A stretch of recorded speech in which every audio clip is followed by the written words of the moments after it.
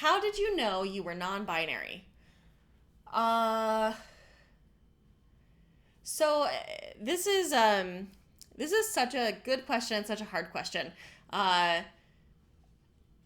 the my experience of thinking about my gender identity and coming to a place where I am non-binary is very similar to bisexuality for me. Um, I didn't think that I could be queer when I was young because I really liked boys. But I also like really liked gay boys. Like I felt like I belonged with gay boys and had a lot of gay boys growing up who I made out with where I was like their one exception that like we could do stuff because like I didn't count as like a regular girl. But like I really liked boys, so I couldn't be queer. And then I realized I also like girls and people of other genders. And I was like, oh, okay, so I'm bisexual. But like, is that really queer? Am I really that queer? I still to this day sometimes worry if I'm queer enough or not because I date a lot of people who are cis men. Uh, so there's kind of this experience of I am experiencing a lot of different kinds of attraction, but I feel like I'm somehow like a stolen valor thing to claim a label of queerness because I'm not queer enough and I don't fit enough. For my gender, there was a like decent period of time, especially right after I got out of the army and before I started identifying as non-binary, where I was like, oh, these people are so amazing who are non-binary. Um, you know, I totally don't like 100% agree with my gender, but like that I'm not like non-binary like them. Like they're super valid. I would be a liar. And as I looked back over my life, I saw a lot of ways in which I have always kind of struggled with the gender that I was told I was. That I've gone through periods of like kind of like overperforming gender to try to like fit in, even though it didn't align with what I really wanted for myself. And like how amazing it was when I was in the army to be able to just like put on my uniform and talk like a guy and write emails like a guy and then at night be able to like put on a dress and makeup and be like a woman and like be able to do both and live in both of those worlds and not have judgment for either of them, right? And like not have people telling me I wasn't womanly enough because I didn't wear makeup with my uniform and not have people tell me that I like was being too femme or like too much of a girl for like having the nights out that I wanted to look really pretty and femme.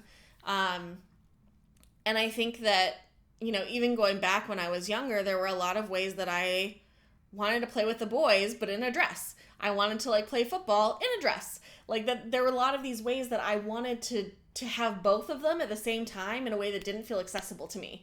I wanted to be able to have all of these pieces of myself be present, but kept getting the message over and over and over that like that wasn't okay and that I was like failing at womanness. And so, you know, starting to like read more and more about gender and think more about gender and like how my gender worked, I went through that same phase of like, I'm not non-binary enough. I would be like stealing from other people if I said that I was. I would just be doing it for attention. What if I'm just trying to escape patriarchy by identifying out of being a woman? And like, here, pro tip: anyone who thinks that that is a real thing, it is not. People still treat you like a woman, even if you say that you're not, over and over again. So you don't actually get to opt out of patriarchy. You just get patriarchy plus transphobia at the same time. It's great. So I think that for me, like knowing I'm non-binary it's kind of a messy and amorphous thing. You know, I think it's a lot of the stories that we get about people's gender journeys are about this very like clear cut, I had always known I was X and I always wanted to be X and now I get to be that. And that's not my experience of it. My experience is very much the opposite, which is that the more that I learn and think about gender, the more that I explore the concept of gender and all of the genders that we have, the less any of it makes any sense to me, and the more I want all of it. So, I think for me, coming to terms and recognizing my own non-binary identity was a lot about seeing the ways in which I've wanted all of the gender forever and just didn't really have an option for that. until I was able to, find this term of non-binary and really identify with it. And I still question if I'm really non-binary or if I'm just, I don't know, making shit up. Though I will say, at my current job, for a variety of reasons, I'm very like incognito. I wear like a wig to work, and I use she, her pronouns, and everybody treats me as a cis woman, and it is like, it's such a thing. Like, I've chosen it. It is the thing that I have chosen for myself. Nobody forced it on me. It's something that I'm doing for my own safety, to keep myself separate from like my work self and from having people be able to find me. But it also just grates on me every time. Like, one of the girls, ladies, oh yeah, she, just like, it hurts. It fucking hurts. And I think that that's one of those things that helps me kind of like reinforce for myself that like my identity is valid, even if it doesn't look the way everybody else's does. I think that a big misconception of non-binary people is that they all look like androgynous all the time. And the thing about our definition of androgyny in this culture is that it requires thinness. So like, it's inaccessible to a lot of people.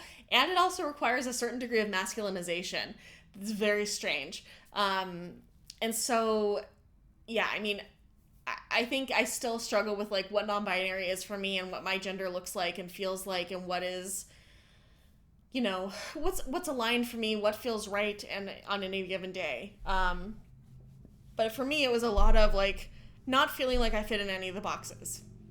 I never wanted to be the person who did makeup every day and did hair every day. I just never freaking wanted that.